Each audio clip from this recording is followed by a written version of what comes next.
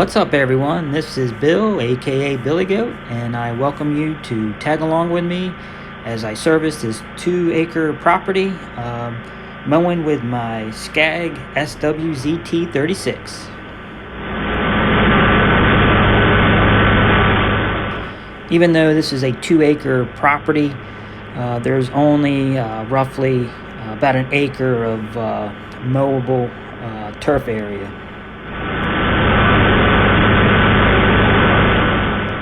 I've been mowing this property for 6 years, maybe going on 7 years now.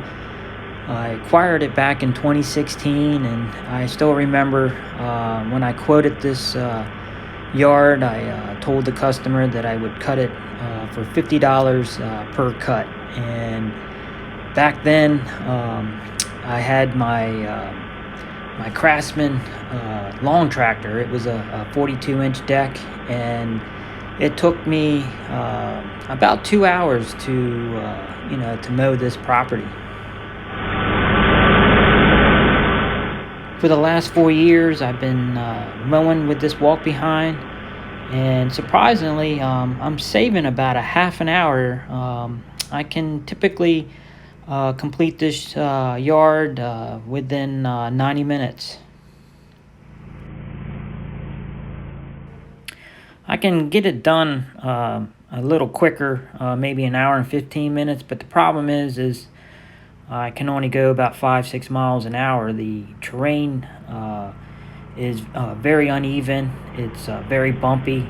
It's got lots of trees and low branches to mow under, and there's also a lot of other plants and various shrubs that I have to mow around. This section of the property I call Miniature Curve. At the top of the hill there's a main highway with a stop sign there, and if you take this back road in the opposite direction about a half mile, there's a liquor store. And I guess when people pick up their alcohol, if they get these little miniature alcohol bottles, they down them, and I guess as they come around this curve there, they'll throw the empty bottles into my customer's yard, and before I mow, I'll walk up and down the property and pick up the trash. Every so often I'll find money. I've found $1 bills, $5 bills, and there was even one time maybe 2 years ago I found a $20 bill. So sometimes it's worth it to walk along this roadside here up to the stop sign, and then hopefully I can make a few extra bucks. As you see here, mowing around a tree stump. Along the tree line here, there's the low branches that I have to keep ducking to mow under.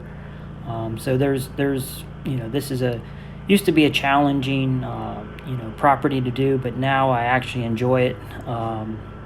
Even though it takes 90 minutes, it feels like I'm only taking about a half an hour, because it's actually, I actually enjoy mowing this property. It's fun to mow, and I feel like I'm cheating the customer, because when I first took it on for $50, at the time I had a full-time job making $18 an hour, and I was cutting this property for $25 an hour with a lawn tractor, and all I did was just basically just ride around in circles.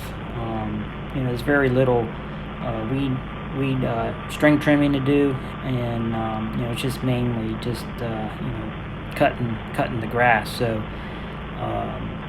when as I went into full time, and I got more expensive mowers and such, I realized that I needed to up the price, and every couple of years I up it $10. So now this property is going for $80, which is still under my minimum. I'm currently doing acre properties starting at $100. So maybe next year I'll up them another $10 and slowly get them up to the $100 minimum.